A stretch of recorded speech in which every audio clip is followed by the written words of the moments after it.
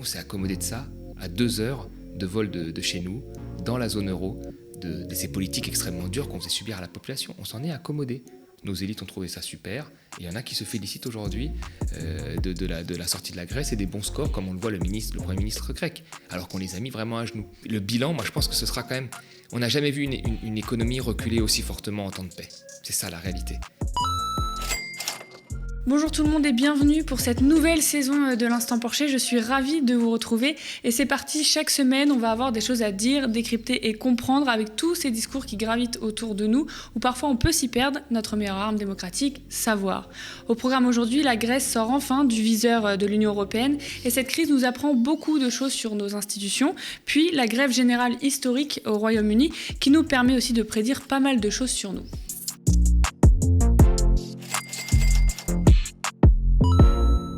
La crise grecque, tout le monde en a entendu parler, mais connaissons vraiment les détails et enjeux. Et surtout, cette crise serait-elle un bon indicateur de la politique européenne et ce à quoi la politique libérale française nous prépare ? On a appris samedi qu'après 12 ans d'austérité, la Grèce sort enfin du viseur de l'Union européenne. Le pays était sous surveillance renforcée de l'Europe depuis 2010 en raison de sa très mauvaise santé économique. Athènes tourne cette page ce samedi, écrit Libération, avec une croissance de 4%. Le pays est même l'un des plus dynamiques du continent, mais la situation reste loin d'être idyllique, raconte le quotidien. Alors nous aussi, on va vous raconter. En 2010, la Grèce a ses caisses vides. En échange d'une politique d'austérité sévère, l'Union européenne, la Banque centrale européenne et le Fonds monétaire international mettent en place 3 plans de sauvetage de 289 milliards d'euros. La Grèce d'aujourd'hui est une Grèce différente, assure par ailleurs le Premier ministre Kyriakos Mitsotakis. Je le cite, « Nous avons une forte croissance et une baisse importante du chômage de 3% depuis l'an dernier et de 5% depuis 2019. La Commission européenne s'attend à une croissance de 4% cette année, alors qu'en moyenne, dans la zone euro, elle devrait s'élever à 2,6%. Mais le chômage reste l'un des plus élevés de la zone euro, le salaire minimum l'un des plus faibles, et la dette de 180% du PIB reste un poids pour l'économie du pays, nous apprend l'AFP. Alors on va parler de tout ça avec Thomas. J'ai rappelé les grosses lignes, mais est-ce que tu peux nous rappeler comment a commencé la crise grecque ? Alors c'est important de revenir sur cette crise parce que pour moi elle est le symbole vraiment de quelque chose de grave à 2 heures d'avion, d'un pays de la zone euro qu'on a laissé de côté, qu'on a enterré pendant un certain nombre d'années. On a fait comme si on ne voyait pas, on s'est bouché le nez alors qu'il y avait une véritable casse du modèle social et des populations dans ce pays-là. Et c'est pour ça que c'est important aujourd'hui d'y revenir, parce que c'est pas qu'un non-événement cette sortie de tutelle, c'est quelque chose de très important. Et là, ce qu'ont vécu les Grecs, c'est presque ces 10 dernières années, ça a été un véritable calvaire. Et c'est pour ça qu'il faut revenir dessus. Alors comment ça a commencé ? Après la crise de 2008, la crise des subprimes, bizarrement, la zone euro était une des zones les plus vertueuses. C'est-à-dire que nous avions un déficit budgétaire beaucoup plus faible que celui des États-Unis, dans la zone euro, dans son ensemble. Nous avions une dette publique beaucoup plus faible que celle des États-Unis, mais que même celle du Japon. Donc tout allait bien, et pourtant, la zone euro est la zone qui a eu le plus d'attaques spéculatives des marchés financiers, alors que nous avions un déficit plus faible que les autres et que nous avions une dette plus faible. Pourquoi il y a eu ces attaques-là ? Parce qu'en fait, les spéculateurs ont très bien compris les vices de fonctionnement de la zone euro. Premièrement, ils ont très bien compris que chaque pays n'avait pas une banque centrale. Et donc ne pouvait pas jouer avec la banque centrale pour calmer les marchés financiers, qu'il y avait une banque centrale qui était européenne. Ils ont vite vu qu'il n'y avait pas des principes de solidarité. C'était même interdit entre pays. Parce que l'Union européenne et la zone euro ne voulaient pas de ça, parce qu'ils ne voulaient pas que des pays soient incités à plus dépenser, tout en sachant que d'autres, plus rigoureux, allaient couvrir ces pays-là. Donc, voyant ça, ils se sont dit, tiens, cette zone-là, qui est pourtant bien gérée dans son ensemble, a des faiblesses. Et donc, on va rentrer par ces faiblesses en attaquant notamment les pays du Sud et la Grèce, qui représentait pratiquement rien en termes de richesse dans la zone euro. Mais on est rentré par là pour tester la capacité de la zone euro à résister à un choc. Sauf qu'est-ce qu'a fait la zone euro ? Au début, ils n'ont pas voulu dire on va aider les Grecs au début. Ils n'ont pas voulu dire ça. Ils n'ont pas voulu mettre en place des mécanismes pour dire on va couvrir les problèmes des Grecs. Parce que sinon, ils allaient contre les traités de base où on ne doit pas aider un pays en faillite. Donc au début, ils ont laissé faire un petit peu comme ça. Et ils ont mis un certain temps à créer un espèce de fonds de stabilisation pour aider les pays grecs. Mais comme ils ne voulaient pas que tous les autres pays se relâchent, même la France dise c'est bon parce que maintenant on va être aidé, il fallait imposer un programme de réforme structurelle en échange des fonds provenant de ce fonds de stabilisation. Et donc c'est là qu'a commencé la crise grecque. Donc la crise grecque, ce n'est pas une crise propre à la Grèce, comme on l'a dit, parce qu'elle aurait triché avec Goldman Sachs ou parce qu'elle était beaucoup plus faible que d'autres pays. En réalité, c'est une crise du fonctionnement de la zone euro dans son ensemble. Donc c'est plus une crise de la zone euro qu'une crise grecque. Mais ça a arrangé tout le monde de la transformer en crise grecque parce qu'il fallait trouver un coupable idéal. Et le coupable idéal, c'était les Grecs qui ont triché, pas les dysfonctionnements de la zone euro. En 2018, il y a le 3e programme qui s'achève, mais la Commission européenne lance ensuite un régime de surveillance renforcé de l'économie grecque pour vérifier la mise en place des réformes prises et la poursuite des privatisations. Athènes s'engage aussi à maintenir un surplus primaire avant service de la dette de 3,5% du produit intérieur brut. Quel est le bilan de ce procédé selon toi ? Mais le bilan est aujourd'hui, quand on regarde, on a à peu près 10 ans, on est en 2022, ça a commencé cette crise, allez, on va dire en 2010, donc on a plus de 10 ans. C'est quoi le bilan aujourd'hui ? Aujourd'hui, on a un niveau de PIB égal à celui d'il y a 20 ans en Grèce. C'est-à-dire que c'est comme si la Grèce avait stagné depuis le début des années 2000. Vous vous rendez compte ? C'est-à-dire qu'un jeune Grec qui naît aujourd'hui en Grèce, parce que la population a continué d'augmenter, donc en PIB par habitant, est plus pauvre qu'un Grec qui naissait au début des années 2000. Donc on n'a jamais vu ça de notre vie, quoi. C'est à rebours du développement. La Grèce s'est enfermée dans le sous-développement, là. Elle a reculé. Et ça, pour certains, c'est un succès. Alors, vous êtes revenu au niveau de richesse d'il y a 20 ans, mais on vous dit, vous savez, on a un peu plus de croissance que la moyenne, donc tout va bien. Vous savez, la croissance sur des cendres, vous la faites rapidement. C'est ce qui s'est passé. La Grèce est enfoncée. Alors, je ne vois pas en quoi ça a servi finalement, quand on regarde les indicateurs économiques. Quand on regarde les indicateurs sociaux, on ne voit pas en quoi ça a fonctionné. Mais ça, on l'a su rapidement. Par exemple, en 2014, quand il y a eu ces fameux plans qui ont été faits à la Grèce, que tout le monde a avoué 2 ans plus tard, en 2013, notamment le FMI via son économiste M. Blanchard, qu'ils s'étaient trompés, qu'ils avaient fait des erreurs sur les multiplicateurs, et donc que l'impact avait été beaucoup plus négatif en termes de récession que ce qui avait été prévu, on avait en 2014 des premiers résultats de cette politique. On le voyait dans les chiffres. Et c'était quoi ? C'était hallucinant. Vous regardiez par exemple sur le PIB. Le PIB, il y avait eu une chute de 25% entre 2008 et 2014. Vous regardiez le taux de chômage. Le taux de chômage, il y avait eu une augmentation de 190% du taux de chômage. Vous regardiez le revenu par habitant des Grecs. Il avait chuté de 30%. Vous vous rendez compte ? La dette, qui devait être réduite via les plans d'austérité, elle avait augmenté de 36%. Et quand on regardait les suicides, la mortalité infantile, les dépressions, il y avait des scores stratosphériques. Et là, c'était en 2014. On savait donc que ça ne fonctionnait pas. Le peuple grec a voté, il a dit qu'il n'en voulait plus, que c'était trop douloureux. Qu'est-ce qu'on a fait ? On a poursuivi. On a poursuivi ça. C'est hallucinant. Et on s'est accommodé de ça à 2 heures de vol de chez nous, dans la zone euro, de ces politiques extrêmement dures qu'on faisait subir à la population. On s'en est accommodé.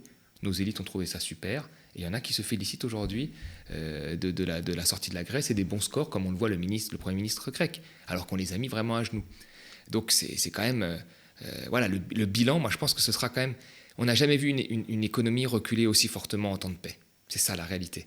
Et tout ça a été imposé par des technocrates, validé par des experts économiques, validé par des politiques en France, mais aussi dans le reste de la zone euro. Alors qu'en réalité, voilà, c'est une des plus grosses régressions jamais connues sur notre continent en temps de paix. Donc je pense qu'il va y avoir des gens vont devoir quand même aussi rendre un peu des comptes sur ce qui a été fait à la Grèce. Justement, pourquoi on en est arrivé là ? Qu'est-ce que ça dit de nos élites et de nos institutions finalement ? Mais ça dit une chose pour moi qui a été résumée par M. Juncker à l'époque. Il a dit quelque chose comme ça. Il a dit la démocratie ne peut pas s'exercer contre les traités. C'est-à-dire que vous avez le droit de changer de politique, si vous voulez, mais vous n'avez pas le droit de changer de politique économique. Elle doit être toujours soumise au traité. C'est ce qu'il a dit. Quand Tsipras a été au pouvoir, c'était quand même Tsipras, Syriza, avec ce ministre de l'économie Varoufakis, c'était à l'époque un espoir pour beaucoup de monde, beaucoup de gens. Parce qu'on savait que ce qui se passait en Grèce, ça se passait aussi en Italie, mais un peu moins fort, mais de la même façon. Ça se passait aussi en Espagne, et puis ça allait se passer en France avec les lois travail, etc. Ça commençait déjà à se passer en France avec Hollande, qui avait fait son tournant de l'offre. Donc pour nous, là, la Grèce était un symbole.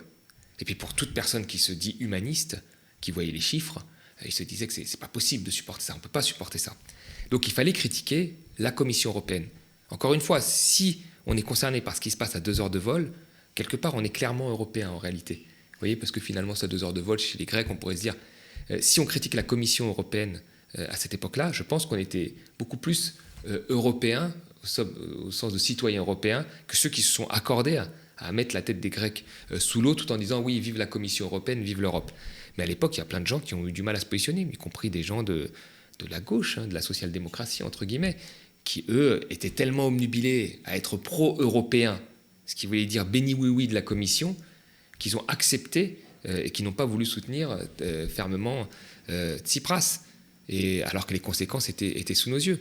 Donc on voit très bien aujourd'hui que pour un certain nombre de gens, et on en revient toujours à ce qu'on a dit ici, l'Europe c'est la paix, l'Europe c'est le monde des bisounours, il ne faut pas rentrer dans la technique, mais même quand on entre dans la technique et qu'on leur montre les chiffres, ils sont incapables de se remettre en question.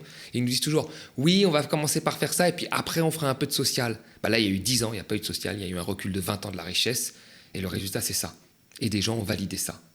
Et donc ça veut dire ce que ça veut dire. Voilà. Grève générale au Royaume-Uni. Depuis cet été, plusieurs corps de métier se sont mis en grève successivement.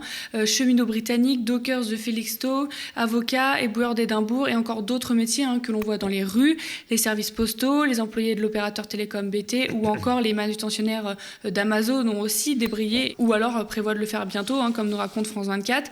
C'est la plus grande vague de grève depuis une trentaine d'années, raconte Le Monde, pour cet été du mécontentement, comme il se fait appeler. En cause, la perte du pouvoir d'achat et l'inflation dans un territoire hors Union européenne depuis le Brexit. Au Royaume-Uni, l'inflation a atteint 10,1% sur un an en juillet contre 6,1% en France et les prévisions économiques ne s'annoncent pas meilleures. La Banque d'Angleterre s'attend à une inflation revue à la hausse à 13,3% en octobre et prédit qu'elle va rester à des niveaux assez élevés en 2023 et les salaires ne suivent pas. Un chiffre, une augmentation de 82% de la facture d'électricité est attendue pour octobre prochain.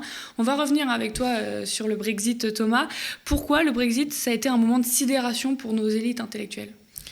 Parce que le Royaume-Uni a été montré en exemple pendant des années. Je veux dire, moi je suis de la génération où quand j'étais étudiant en économie, on ne parlait que du Royaume-Uni. Vous voyez, ce qui est bien avec la France, c'est qu'elle a toujours cherché des modèles. Dans les années 90, c'était les États-Unis, puis après ça a été le Royaume-Uni, puis à un moment ça a été la Suède, puis maintenant c'est l'Allemagne. Enfin, on cherche toujours des modèles, voilà, en expliquant à tout le monde qu'eux, ils ont mieux réussi que nous et que nous, on est mauvais et que la finalité, c'est toujours la même chose, il faudrait moins de fonctionnaires. C'est à peu près ça l'idée qu'on nous sort, mais c'est à peu près ça. Et donc à l'époque, c'est le Royaume-Uni. Alors là, le Royaume-Uni, c'était hyper dynamique, ils avaient tout compris, ils avaient déréglementé la finance, donc ils attiraient finalement tous les financiers et ils étaient en train de siphonner la finance parisienne, enfin les meilleurs allaient à Londres, c'était hyper dynamique, ça attirait tous les talents du monde, et puis on nous disait grosso modo, voilà, et puis à chaque élection, on interrogeait tous les Français qui vivaient là-bas, comme si leur avis sur la politique française était plus intéressant que les autres. Donc c'était ça, le Royaume-Uni pour beaucoup de gens, c'était ça. Et puis quand il y a eu le Brexit, les gens ont dit, tiens, il y a une partie des Anglais qui ne vivent pas dans le rêve que nous énonçons aux Français, dans ce pays merveilleux que serait le Royaume-Uni. Et là, ils ont regardé, ils ont dit, c'est bizarre, il y a 2 millions d'Anglais qui sont mal nourris, il y a 1 million d'Anglais qui sont dans des job hours, c'est-à-dire des contrats, enfin des CDI sans garantie d'un nombre d'heures et sans salaire minimum. Ils se sont rendus compte qu'il y avait des endroits où il n'y avait plus de services publics, que les inégalités avaient fortement augmenté au Royaume-Uni, bien plus qu'en France. C'était un des pays où ça avait le plus augmenté. Que là, il y avait un retour de bâton d'une population qui n'était pas content du modèle économique tel que nos élites le présentaient. Et donc, ça a été un peu la douche froide. Ils se sont dit, tiens, alors après, quand ça a été la douche froide, qu'est-ce qu'ils ont fait ? Ils ont été interrogés les Londoniens. Effectivement, quand vous vivez à Londres, vous avez une bonne situation, l'Europe, c'est super pour vous. Mais si vous faites 100 km un petit peu au nord de Londres ou 200 km, là, vous avez d'autres gens qui subissaient, un petit peu comme chez nous, les effets négatifs de la mondialisation et du modèle libéral du Royaume-Uni. Mais ça, personne n'avait voulu le voir.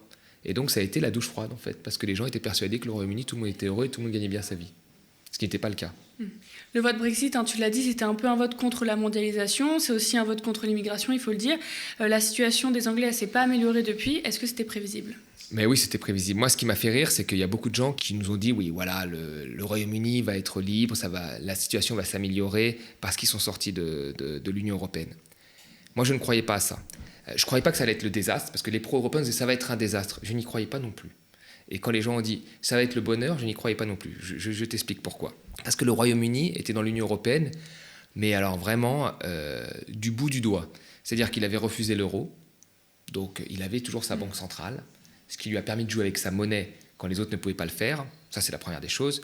Deuxièmement, Margaret Thatcher, libérale à l'époque, avait diminué les contributions du Royaume-Uni à l'Union européenne. Elle avait dit « I want my money back », et c'était la France qui avait compensé. Donc ils étaient finalement liés par très peu de choses en réalité. Ils étaient liés comme certains pays, presque comme certains pays, qui ne sont pas dans l'Union européenne, mais qui profitent du marché unique, type la Suisse, etc. Donc on n'était vraiment pas dans un système où ils avaient des contraintes lourdes. Leur participation était très minime. Même si c'est une grande puissance de l'Union européenne, leur participation était minime parce qu'ils avaient toujours veillé à être plutôt souverains là-dessus. Et ils avaient été assez malins. Donc la sortie n'allait pas être quelque chose qui allait changer radicalement les choses, dans le bas comme dans le haut. Le vrai problème du Royaume-Uni, c'est que c'était une politique libérale extrêmement violente qui avait été appliquée avec le tournant Thatcher, qui avait été en même temps fait par le tournant Reagan. Et d'ailleurs, au moment du Brexit, on voyait aux États-Unis la montée de Trump. Donc moi, la conclusion que je voyais de tout ça, c'est que partout où vous avez un modèle libéral qui est appliqué avec vigueur, qu'est-ce que vous avez ? Vous avez les extrêmes qui montent. Alors, Trump, c'était un peu la même chose. Quand il allait voir les États du Sud, il leur parlait immigration, ça les faisait peur. Il allait mettre un mur. Puis quand il allait voir les États en fait, où il y avait les usines qui avaient fermé, il leur parlait de mondialisation, à juste titre. Et c'était pareil le Brexit. On leur a parlé de la mondialisation. Voilà, on leur a parlé après de l'immigration européenne, parce qu'il y avait une grosse immigration d'Europe de l'Est, les travailleurs détachés, etc. Donc il y avait tout un tas de choses sur l'immigration. Mais une fois que vous êtes sorti, si le modèle est le même, parfois il y a plein de pays qui ont un modèle libéral et qui ne sont pas dans l'Europe et qui ont les mêmes conséquences. C'est le cas des États-Unis. Donc si on sort de l'Europe, normalement c'est pour sortir du carcan finalement imposé par les traités, les déficits budgétaires trop contrôlés, les déficits structurels trop contrôlés, pour les pays de la zone euro, la perte de la souveraineté monétaire. Mais si on en sort pour appliquer la même politique, il n'y a pas de changement. Et c'est ce qui s'est passé au Royaume-Uni. Au Royaume-Uni, il n'y a pas eu un changement radical du modèle, des investissements massifs. Il n'y a pas eu ça. Et donc, le résultat, c'est toujours le même. C'est que les salaires sont restés bas, l'inflation est en train de grignoter le pouvoir d'achat et les gens manifestent, qu'ils soient dans le secteur privé ou dans le secteur public. Ils manifestent.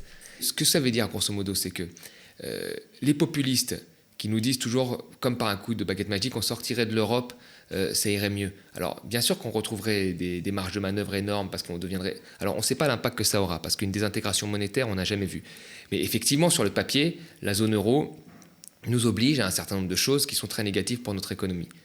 Mais si on en sort pour avoir un Macron bis en dehors, ça reviendra exactement au même. Il n'y aura pas de changement. Vous voyez, la vraie question, c'est le modèle économique. Ce n'est pas des choses qui sont annexes à ça. Et il faut faire attention parce qu'il y a un certain nombre de gens pour qui le modèle économique ne fonctionne pas bien en France, qui peuvent se retourner vers des discours anti-immigration du Rassemblement national. Mais la base du modèle économique, on l'a démontré ici plusieurs fois, du Rassemblement national, et on l'a vu aujourd'hui dans les votes qu'il y a à l'Assemblée, c'est un modèle libéral. Donc ça ne changera rien à la situation de ces gens-là. Sur leur pouvoir d'achat, sur leur salaire, ça ne changera absolument rien. Et ça, c'est une bonne expérience à avoir en tête, l'expérience du Royaume-Uni, parce qu'ils pensaient qu'ils allaient être libérés, que ça allait changer leur vie. Non, ils restent dans un modèle libéral, les salaires sont faibles, et ça ne change pas leur vie. Et quelles d'autres leçons on peut tirer de tout ça pour la France, du coup ? La France, elle est là. C'est vraiment... Moi, ce que je vois à l'élection, c'est qu'il y a 2/3 des Français qui ont dit « ça ne fonctionne pas bien. Ça fonctionne pas bien. » Il y a 1/3 des Français qui a voté pour Macron et qui se dit « ça fonctionne plutôt bien ». Moi, je pense que dans le tiers, il y a déjà au moins 10% qui ne savent pas trop pourquoi ils ont voté pour lui. Mais on va dire que, allez, pour 20% des Français, ça fonctionne plutôt bien, ça ne les dérange pas trop. Je ne sais pas comment ça ne peut pas les déranger parce qu'aujourd'hui, on voit que les hôpitaux sont à terre, etc. On voit qu'il va y avoir des problèmes à la rentrée. On voit qu'on recrute dans les crèches des gens très rapidement parce qu'il manque de personnes. Donc, je ne vois pas comment on peut dire que ça fonctionne bien, mais il y a quand même des gens qui se disent « bon, ça fonctionne plutôt bien ». 20% des votants. 20% des votants, bien sûr. Oui, 20% des votants, tu as raison de le préciser. Voilà. Mais il y a une grosse partie des Français qui disent que ça ne fonctionne pas bien. Voilà. Si on compte en plus les abstentionnistes, c'est bien plus élevé. Et ces gens-là, en fait, ils sont partagés. Alors certains, parce que l'économie est très compliquée, donc c'est dur d'avoir des compétences et de voir les choses, mais ils sont partagés. Et certains peuvent penser que tous les problèmes liés aujourd'hui au fonctionnement de l'économie est dû à l'immigration. C'est ce qu'ont cru une grosse partie des gens qui ont voté pour Trump et une grosse partie des gens qui ont voté pour le Brexit. Or, en réalité, ce n'est pas ça le problème. Je veux dire, ce n'est pas ça le vrai problème. Le problème, c'est comment fonctionne notre modèle économique. C'est l'accès aux services publics. C'est le contrôle des déficits qui fait qu'on peut faire de dépenses publiques. C'est la casse de l'hôpital public et le management public qui est arrivé dans les hôpitaux. C'est ça le vrai problème.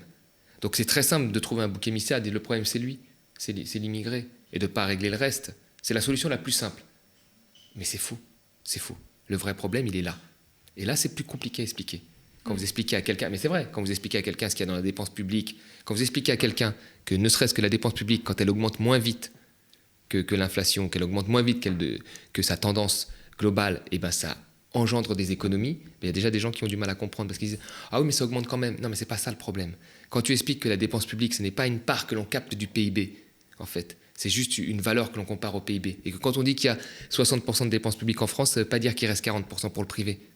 Le privé, c'est beaucoup plus élevé, c'est 200% de dépenses privées. Donc plus élevé que... Rien que ça, y a des gens, c'est plus difficile à comprendre que de dire il y a un coupable idéal, c'est lui. Vous voyez ? Et ce qu'a fait Salvini, ce qu'a fait le Brexit, ce qu'a fait Trump, c'est ça. Il y a un coupable idéal, c'est lui. Voilà. Et comme ils étaient incapables de remettre en cause le modèle économique, puis qu'il y avait un certain nombre de gens qui étaient derrière eux, qui avaient des intérêts aussi, et donc tu ne pouvais pas trop les bousculer, et ben alors ils ont trouvé le coupable idéal. Et il ne faut pas tomber dans ce piège-là. Parce qu'on voit bien, et là, le Royaume-Uni nous donne cette leçon-là, que ça ne change en rien le pouvoir d'achat de ces gens-là, et aujourd'hui ils manifestent parce qu'ils ont du mal à finir leur fin de mois. Donc le vrai problème, c'est de s'attaquer au modèle économique. Mais c'est pour ça qu'il faut rendre l'économie accessible, et ce qu'on essaye de faire ici. Merci Thomas, merci beaucoup d'avoir suivi cet Instant Porcher. Et si le média tient, c'est grâce à vous qui avez choisi de soutenir un média indépendant et une information différente. Soutenez-nous sur lemediatv.fr/soutien. Nous sommes ravis de décrypter l'actualité avec Thomas et vous chaque semaine. Merci pour tous vos commentaires, vos pouces en l'air sous les vidéos. Et je vous dis, spectateurs, abonnés, donatrices et sociaux, à la semaine prochaine.